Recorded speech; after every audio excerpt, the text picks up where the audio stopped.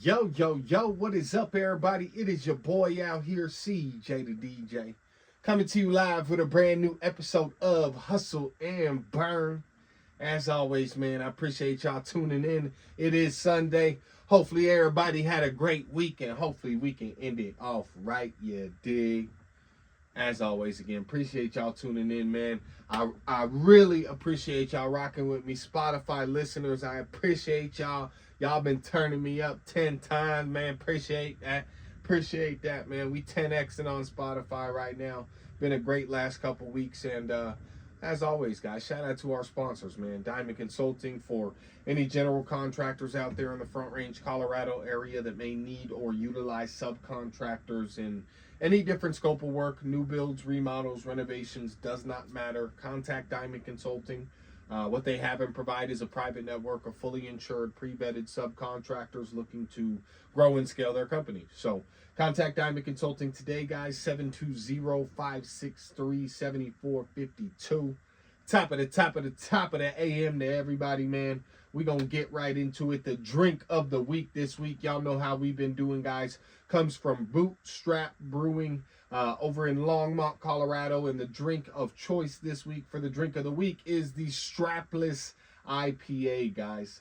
The Strapless IPA. This is another non-alcoholic drink. This provides really, a super flavorful, especially for my guys and gals that like IPAs and kind of that flavor. Super flavorful, super refreshing, and you genuinely cannot tell the difference between that IPA and a regular IPA, the NA versus the actual IPA. So yeah, man, Bootstrap Brewing and their Strapless IPA, that is the drink of the week this week. It's been around about 5 years, man. And Bootstrap Brewing, for those of you that haven't been, is a great spot to go and visit, have some drinks, taste some stuff. Absolutely terrific, man. Bootstrap Brewing, guys. Strapless IPA is the drink of the week. Let's get into the Not For Long League, man. We gonna start it off with what I've been talking about. I gave it a rest the last episode or two, but I'm gonna chat briefly about it with y'all today, man. The Browns are reportedly giving Dillon Gabriel and Kenny Pickett first team snaps when it comes to minicamp, okay? And Sheduer Sanders and Joe Flacco will be splitting the second string snaps. This to me is just disrespectful to Sheduer. It's just continuing the disrespect. At minicamp, guys, Sheduer cooked Dillon Gabriel. Cooked him, okay? Yet, essentially, the draft position is dictating the reps, not the actual performance and what we're seeing, what's being reported every single day by every single reporter, is that Sheduer Sanders is better than Dillon Gabriel, okay? So, I get it. I get what people could argue. Oh, it's no need to overreact. It's just rookie camp. I understand that, okay? But if Sheduer Sanders goes into these mini camps with the entire team, okay, to the mandatory team camps, and he still doesn't get the nod, but he performs the same, the bias at that point is louder than ever. Louder than it was on draft night, in my opinion. All right? If he goes into these mini camps, guys, with the entire team, he balls out again, he does what he can, and everyone's reporting that Sheduer Sanders is the best quarterback in the locker room, the bias at that point, if he's not the starter, is louder than ever. Louder than it was on draft night, man. So, I just think it's crazy because at this point in juncture, Sheduer Sanders is working 1,000 times harder than anyone, essentially.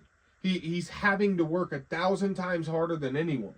But just because he's confident in himself, just because he's Deion Sanders' kid, he basically is being punished repeatedly, continuously.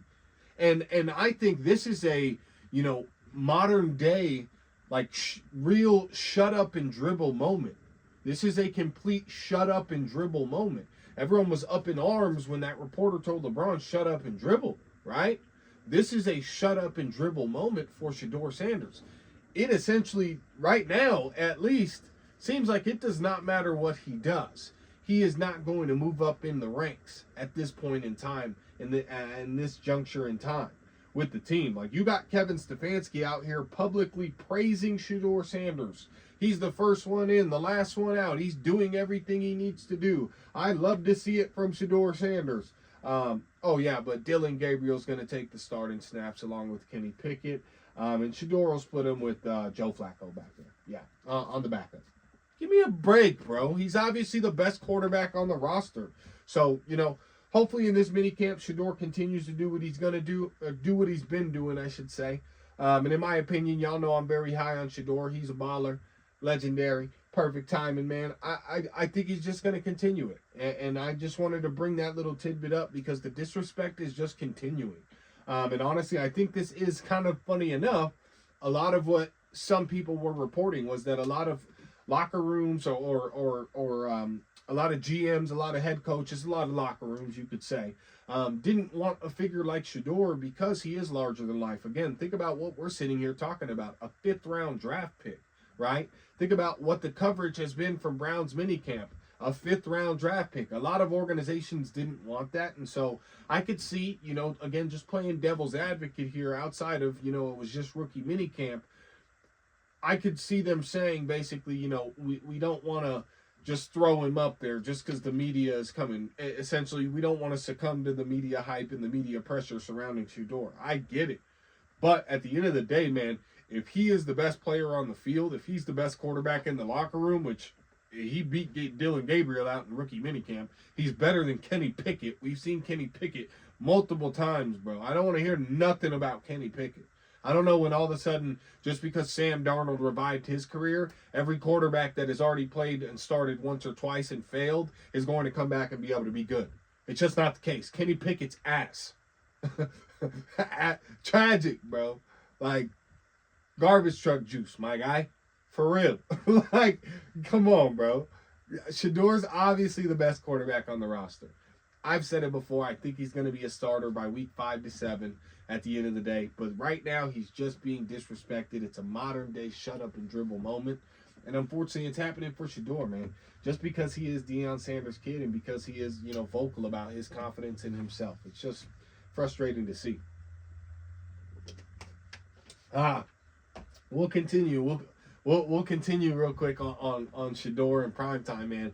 Primetime was coming out being petty this week. So this week, guys, I ain't going to get crazy into this. It was just funny to me.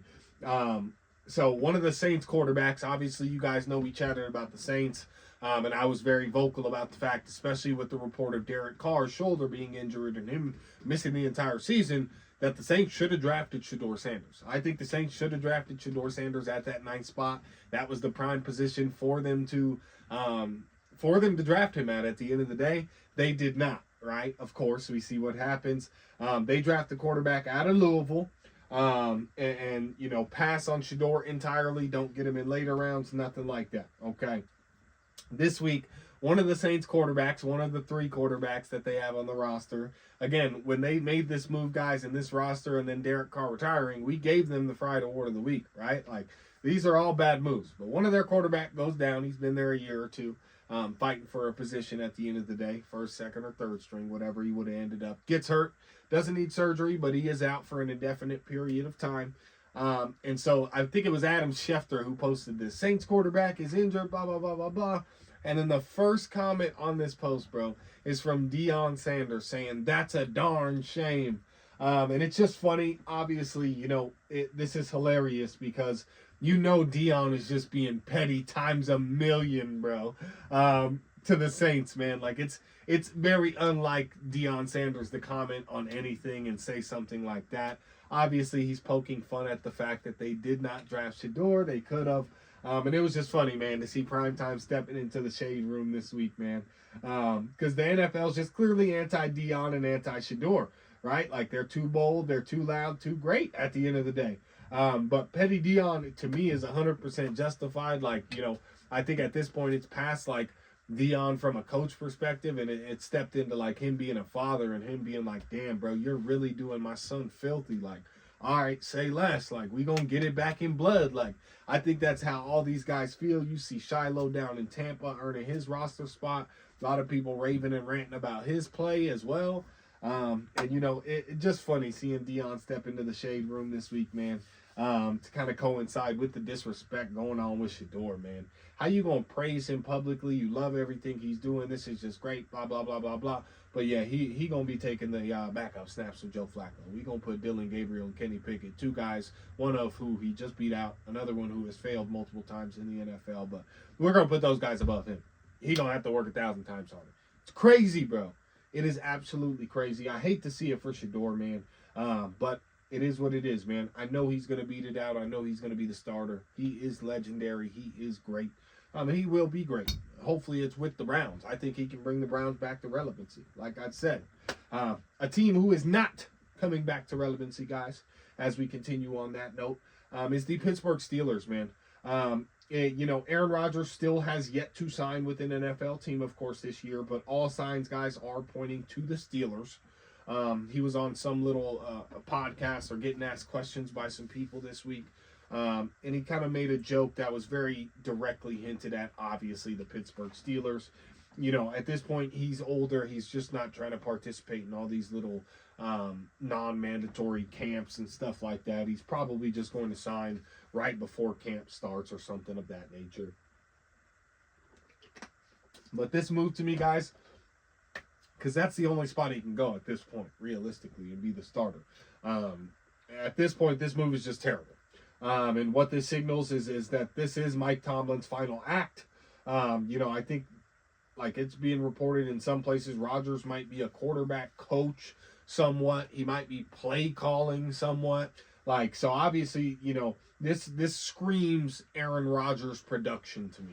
What he's been and what he's been doing and saying over the course of the last, 2 to 3 seasons, just with the antics, with the, right now, he's on just a full-blown media run. That's why I feel like an announcement is coming soon from him.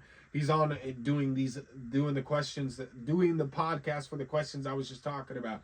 Then he's on Joe Rogan talking about LeBron James being at the Diddy parties and COVID vaccines and ayahuasca and all this stuff, Obviously, Aaron Rodgers seems like he's on a media tour. That's why I think this announcement is going to come sooner rather than later.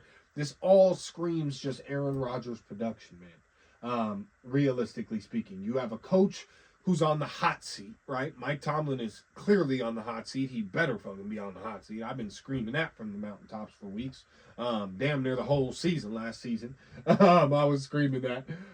So you got a coach on the hot seat, man. Obviously, you come in as Aaron Rodgers. You kind of gain full autonomous control of the offense, it sounds like, potentially making play calls. Obviously, he's the quarterback, so he always has the ability to play call. But if he's actually the one that's going in saying, yo, no, I'm calling my own plays, this will be doing, blah, blah, blah, blah, blah, this is the playbook, that'd be kind of crazy. Screams Aaron Rodgers. And at that organization, you really have nobody challenging you, right? You got rid of George Pickens. And I think that signals to why they would get rid of George Pickens. George Pickens was not going for bringing in Aaron Rodgers as the quarterback, bro. I promise you. I'm surprised DK Metcalf was even going for that. If they even mentioned their quarterback situation, they might have just thrown such a big bag. DK said, I'm there, my guys. You feel me? Hey, who knows at the end of the day. But I don't think George Pickens was down with potentially bringing in Aaron Rodgers or not knowing what was going on at the quarterback position. And that's why they got him up out of there, because that would have been someone that would challenge Aaron Rodgers. And DK is someone to keep an eye on for challenging. But again, he got the final bag of his career, man. Is he really doing too much challenging of anyone? No, he's making bread at the end of the day. So, but it's just crazy to me because guys like Big Ben Roethlisberger come out this week, say that he thinks the Steelers are going to get 7 wins if they don't have Aaron Rodgers. But if they do have Aaron Rodgers, they will win 11 football games. What are people seeing still to this day, especially the last, in my opinion, 3 to 4 seasons out of Aaron Rodgers, that get you to believe he's going to win you another 4 to 5 games per season? I just don't see it. I don't see anything that Aaron Rodgers has done over the course of the last couple of seasons, like with the Jets, right? High expectations, low delivery, realistically. He did have the Achilles injury, but that's what I'm saying right now. He's coming off the Achilles injury. He's only 1 year removed off of it. He didn't look that good last season, right? I don't understand what's getting people, especially experienced people like Ben Roethlisberger, to think that Aaron Rodgers is going to move the needle for 4 to 5 football games. At the end of the day, his time is up. I don't know what people don't understand about that. Aaron Rodgers' time is up, man. It is what it is. I think this is a horrible move by the Pittsburgh Steelers to go after Aaron Rodgers, to sit and basically be at the mercy of Aaron Rodgers right now as you're trying to develop your locker room heading into mini camps. But whatever. That's why I'm here again talking to y'all and not coaching on the field, right? But hey, it is what it is. I just am not a big Aaron Rodgers guy. I think he the shenanigans, the antics don't meet the play on the field. And that was, one thing about a lot of these guys is if you're going to talk the talk, you got to be able to walk the walk. And whether it's age, whether it's injuries, whether it's just time catching up to Aaron Rodgers, whether it's ayahuasca affecting Aaron Rodgers, I don't know. But he's just not the player that he once was. And it seems like mentally he doesn't understand that. And a lot of people, fans watching, somehow, some way don't understand that. I'm watching these games like, yeah, this is clearly like a 40-year-old dude trying to play football.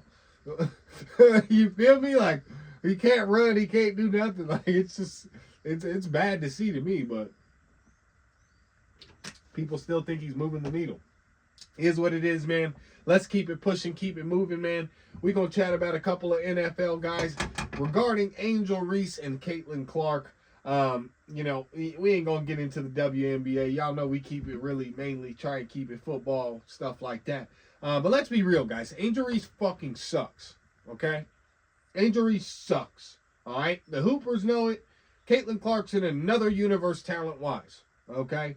So, obviously, they played each other. There was a hard foul, blah, blah, blah. It gets blown up. So, RG3 versus Ryan Clark happens on Twitter. And for context, guys, what this is that Robert Griffin III, former NFL quarterback, now analyst for multiple different networks, tweeted that Angel Reese hates Caitlin Clark. And he sees hate in her eyes. And that coincided with the photo of Angel Reese kind of going at Caitlin Clark after Caitlin Clark gave her the hard foul. So RG3 tweets, Angel Reese hates Caitlin Clark. I know what it looks like. Ryan Clark goes and turns this into a race and like a gender war sort of thing, saying that RG3 can't speak on a black woman because he's married to a white woman. And so he doesn't have those conversations in regard to the way Angel Reese feels and how and the things she has to deal with. This is classless, bro. This is absolutely classless, bro. Ryan Clark, you get the Fried Award of the Week this week, my guy, because this is absolutely classless by him. Robert Griffin III never mentioned race. Ryan Clark inserted that sentiment, the race, into the conversation, man. It was just like the energy Ryan Clark brought is like, bro, what? It's gross, honestly. And he put out an apology, if you will, but his apology was more so just a multi-minute explanation video and really a media grab of explaining why he said what he said, pandering to his obviously mainly African-American audience. Y'all know me, man. I support my peeps. But at the end of the day, a lot of guys like Ryan Clark are the problem. They do shit like this that is completely wrong. That the shit he said is racist, okay? The shit he said is racist. And you guys that don't understand, that can't break that down and understand that the shit that Ryan Clark said about RG3 is racist. It has racial undertones to it. Okay? And so Ryan Clark is one of these guys that no matter what topic it is, bro, he's similar to like what Stephen A does a lot too, man. It's like these guys sit here and they wait for their moment to bring in their own personal bias, bro. Like it has nothing to do with race in any way, shape, or form. And somehow, some way, it's getting brought up. And it's because of the biased perspective that guys like Ryan Clark have on the world. Like, and again, them pandering to their audience. That's clearly their main demographic of audience and what they want to do. And it's just so frustrating to see for someone like RG3 to get caught up into it and RG3's wife to get caught up into it. Like, it's just crazy, bro. Like, and again, RG3, guys, has a white wife. So Ryan Clark is saying, like, oh, because you go home to a white woman, like, you can't understand what a black woman feels. Like, Robert Griffin III is black, bro. He probably has African-American family members, bro, that are women, you bozo. Like, what is this? Like, that's what I'm saying. That's how dumb it is. But then people sit here and defend it. Like, stop defending mediocrity, bro, and projecting race into every conversation. And especially when it comes to this Caitlin Clark shit. At the bottom line is, bro, nobody is watching the NBA to see this big bird ass girl miss 10 layups, get her own rebounds, miss another 5 layups, and then finally get a bucket, okay? And that's what Angel Reese does at the end of the day. They're coming to see Caitlin Clark shoot from the logo and drain it, bro. I don't want to hear it. Ryan Clark, you get the Fried Award of the Week, my guy. You are fried. Absolutely ridiculous, man. Pandering to an audience. I hate that shit. I hate that shit, man. And he does it so often, bro. So often, bro. And that shit irritates me, man. That shit really irritates me. Let's keep it pushing, man. Keep it moving. Get into some music real quick, man. YFN Lucci, man. Return of the Real, man. I don't know. A lot of y'all listening may not know who YFN Lucci is, but YFN Lucci is a fire artist that came up back in the 2018-2020 times. He is kind of a real street guy, and he got locked up on charges down in Atlanta. He was kind of involved in the Thug Rico case because he was actually beefing with Thug at the time that the feds was building the case on Thug, so they was building it on him too at the same time. He did his time, man. He beat his case. He took a plea deal, and at the end of the day, man, came back and finally dropped his First Day Out song. And his First Day Out song, guys, this is a real relatable song. You know, he got out in January, the end of January, so it's been about 2, 3, 4 months since he's been out. And this is the first track he dropped, man. And you know, this track, I got to give it a solid 8.5 out of 10. This track is pretty fire. It's called January 31st. So go look that up. YFN Lucci, January 31st. This song is fire, guys. Low key.